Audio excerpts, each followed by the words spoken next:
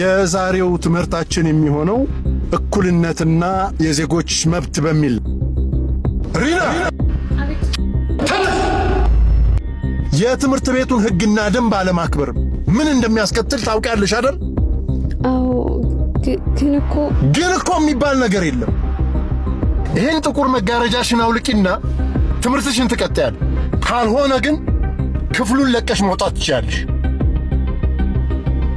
ሪና ይቅርታ አድርጉልኝና ግን መምህር እያደረጉት ያሉት ነገር በፍጹም ልክ አይደለም። እኔ ልክ አይደለም የሚያስብል ዕውቀት ከየት አመጣ እባክህ?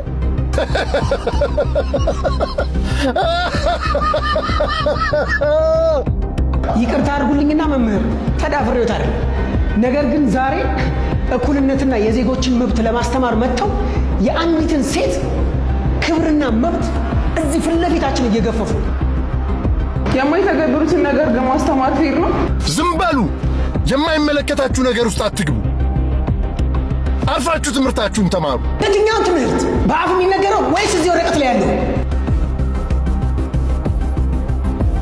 ቆይ ለመሆኑ የሪና ኒቃብ ከትምህርቷ ጋር ምንድን ነው የሚያገናኘው? እውነቱን ነው። አንድ ተማሪ እኮ የሚለካው በእውቀት ነው እንጂ ባለባበሱ እኮ አይደለም። መምህር የጻፉትን ቃል በተግባር አሳዩ። ይኸውላችሁ ዛሬ ላይ የሪና ኒቃብ እንደዚህ ካሰጋቸው ነገ ላይ ወደ እናንተ መስቀል፣ ወደ እናንተ ማንነት፣ ወደ እናንተ እምነት መምጣታቸው የማይቀር ነው። ችግሩ ይሄ ከሆነ እኛ ምን እንለብሳለን? እሷ ካልገባች እኛም አንማር። እሷ ካልገባች እኛም አንማር። ነይ ግቢ።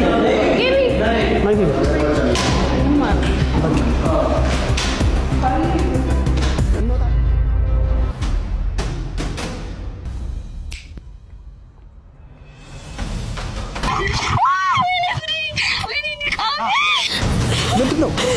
ምን ተፈጥሮ ነው? ምንድነው? ምን ሆነሽ ነው? ሌባ ነው? ንቃቤ ወሰደው እንጂ ልበሽው። እሺ መጣሁ።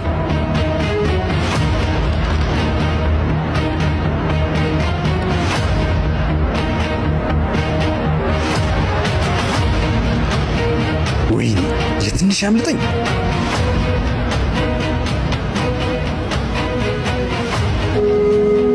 ኒቃብሽ ወይኔ አገኘኸው? በጣም ይቅርታ፣ ሌባው ስልክሽን ይዞት ሄዷል። ኒቃብሽን ነው ያገኘሁት። አረ ዋናው ኒቃቤ ነው። ከስልኬ በላይ የኒቃቤ ዋጋ እየከፈልኩ ነው። በቃ ልበሽሽ።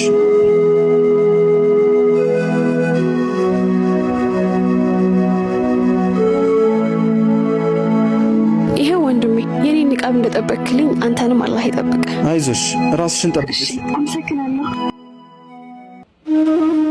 ብዙ እንዳላስጠበቅኳችሁ ተስፋ አድርጋለሁ። ሳይት ስለነበርኩ ነው።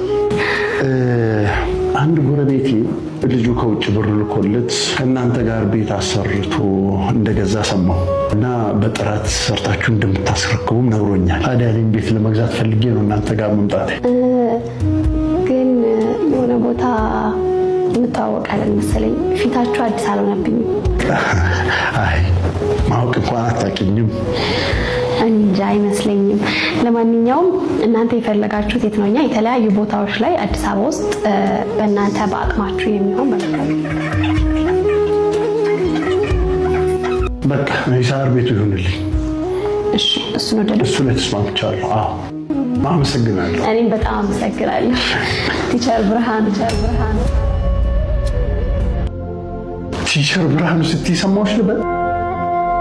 አዎ፣ አያስታውሱኝም?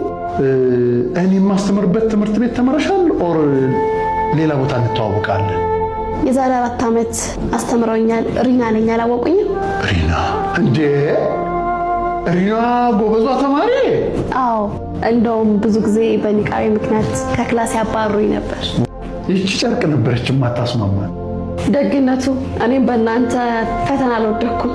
ይኸው እንደምታየኝ አሁን ላይ ትልቅ ቦታ ደርሼ የራሴን ሪል ስቴት ኤጀንት ቢሮ ከፍቼ ልክ እንዳንተ በታማኝነት ተፈልጌ እምሰራ ታታሪ ሰራተኛ ሆኛለሁ። ይቺ ጨርቅ ያልካት ደግሞ በፊትም አሁንም ኩራቴ፣ እምነቴ እንዲሁም ደግሞ ክብሬ ነው። አሁን ላይ ደግሞ የታማኝነቴ መታወቂያ ነው። አሁን ላይ እዚህ ደረጃ ደርሰሽ በማየቴ በጣም ደስ ብሎኛል። ጎበስ፣ በርቺ።